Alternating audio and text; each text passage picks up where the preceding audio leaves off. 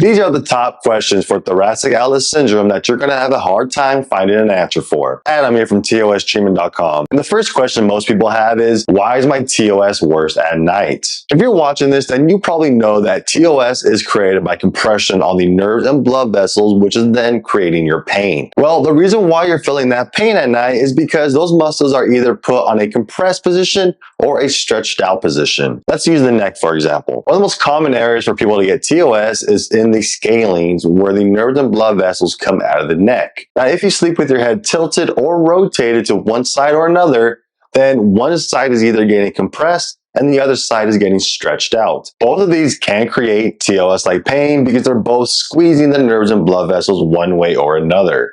They're either shortening on it or they're getting pulled tightly to the point that is also squeezing it. Now, another area that can also create compression is going to be in the chest. And again, if you're something like a side sleeper, then you are naturally going to be compressing on the chest, which then may be compressing on your nerves and blood vessels. Question number 2 for thoracic outlet syndrome is, can TOS cause shortness of breath? And the answer is yes. You see, different muscles that can create TOS pain also control how the ribs move. Take the scalenes, for example. These muscles will attach to the first and second rib, which means if they end up getting tight, they can actually pull those ribs up, which may make it harder for you to breathe. You also have the subclavius, which is underneath your clavicle, and now it also attaches to your first rib, meaning they can actually pull them together, creating that compression while also messing with your breathing pattern. The third question for thoracic outlet syndrome is, can TOS affect your legs? There are some people who feel nervy pain both in the shoulders and in the legs, but sadly, these two are not related. What you need to understand here is pain or issues, nervy pain going into the legs is most likely coming from the lumbar spine down into the glutes and down into the legs. Most likely something like sciatica. For a lot of you, for most of you, is going to be around L3, 4, and 5. But for something like TOS, that is usually nerve compression issues around C6 or C7, or tightness and compression from the scalenes, the pec minor, all those kind of things.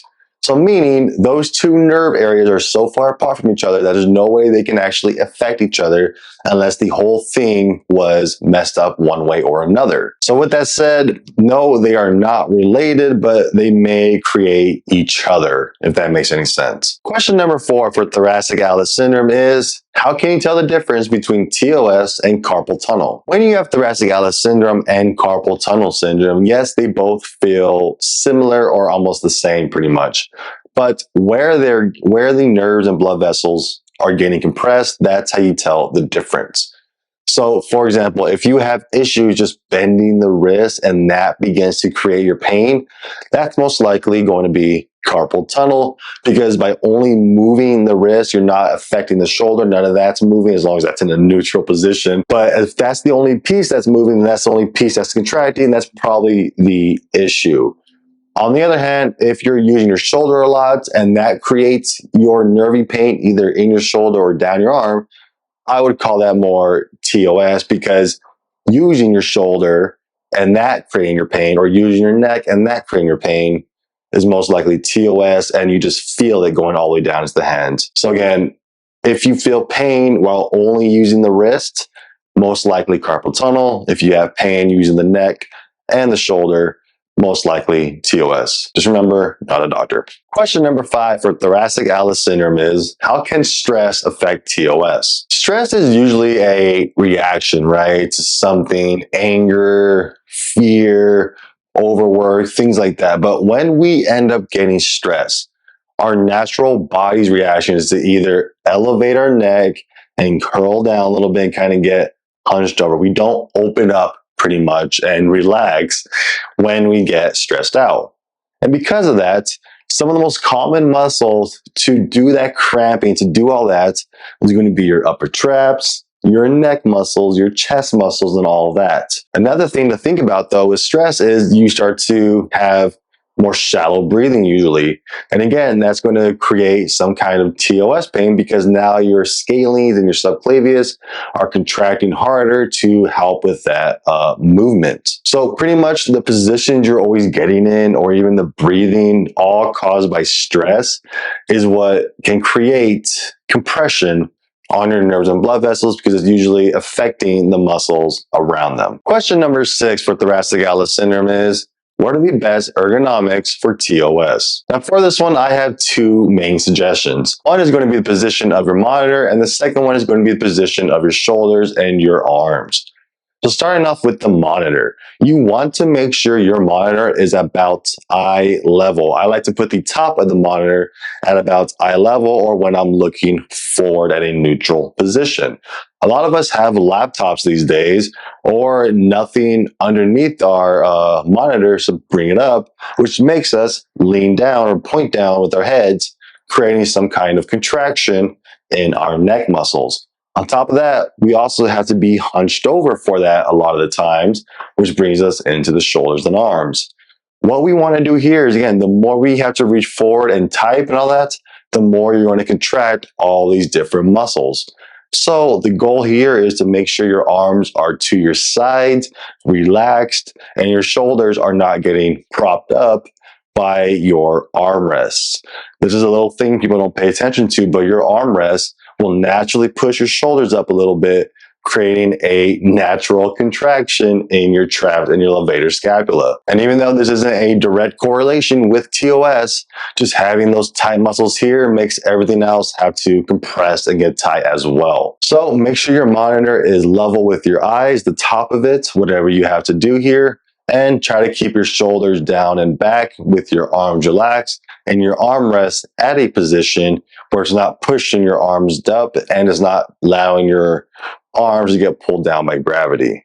There has to be a sweet spot right there in the middle. Question number 7 for thoracic outlet syndrome is, who treats TOS? Now, when it comes to treating thoracic outlet syndrome, you're going to have several options, a couple of them being better than others. One of the first options you're going to be given is most likely going to be physical therapy, where the goal of this is to help strengthen the muscles like the rhomboids, the neck muscles, the lower traps, things like that, in order to help decompress the shoulders on your nerves and blood vessels, or whatever muscles creating that compression. Now, if you ask me, I believe this needs to be done at a later date, at a later stage, because the whole reason you have pain is due to compression and tightness from the muscles and the fascia. This means your PT is essentially trying to untie the tight muscles by strengthening the weaker muscles on the other side of the body. Now, another option you have is to go through surgery, with the whole idea is to cut out the areas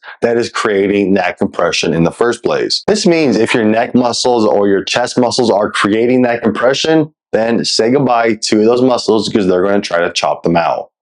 And yes, I do believe this is a bad idea. Here's why. First off, if they're going to cut out a scalene muscle, for example, then you're going to start to feel more tightness on the other side, because those muscles now had to act in overtime pretty much in order to help support the head, along with the other ones they didn't chop here. You're going to lose a lot of mobility. You're going to develop a lot of scar tissue as well, which can also create compression on your nerves and blood vessels. And finally, cutting off your bones or your muscles, it may actually help your pain for a few months, maybe even a year or two, but it's going to most likely return, and the studies do show this. Now, another option you have for treating thoracic outlet syndrome is going to be massage therapy. Since your pain is created by tight muscles and fascia that's creating compression, releasing the tight muscles and the fascia makes sense. But you can't just go and get a regular massage in order to help this out, because sadly most people are not trained in this, or they're just not comfortable working in the areas that they need to work on. For example, they need to release the chest and the neck. And most people are afraid to go near the chest, especially near women, because they're afraid of touching the breast or something when you don't really need to go down there. Or they're afraid of working on the neck muscles because there's technically a lot of nerves and blood vessels coming out of there, but a skilled massage therapist, a good one, will be able to work around it and get the tissues loosened. So if you ask me, you need to work with a sports massage therapist pretty much, because they are the ones that understand how biomechanics work. They're the ones that are not afraid to go in deep, and they're the ones that usually work with athletes, obviously, which means they're trying to make corrections and fix their posture and improvements and mobility and things like that. All those things are related to TOS. Now, there's one more person who can treat TOS, and that is going to be yourself. And you can learn how to do all of that confidently by going through my 28-day TOS challenge. This is by far the best option for your TOS because not only are you going to learn how to get rid of your pain by yourself, you're also going to learn how to get rid of it by combining both massages and exercises together instead of using them separately. You got to understand it like this. Massage is great for getting rid of that compression and that tightness and that pain really fast. And then you need to use the stretching and the exercises, which is going to help strengthen those weaker muscles and keep that pain from returning. This is why you need both massage and exercises and why you need to join the 28-day TOS challenge. Head over to tostreatment.com/TOS challenge or click on the link in the description below. I'll see you on the inside.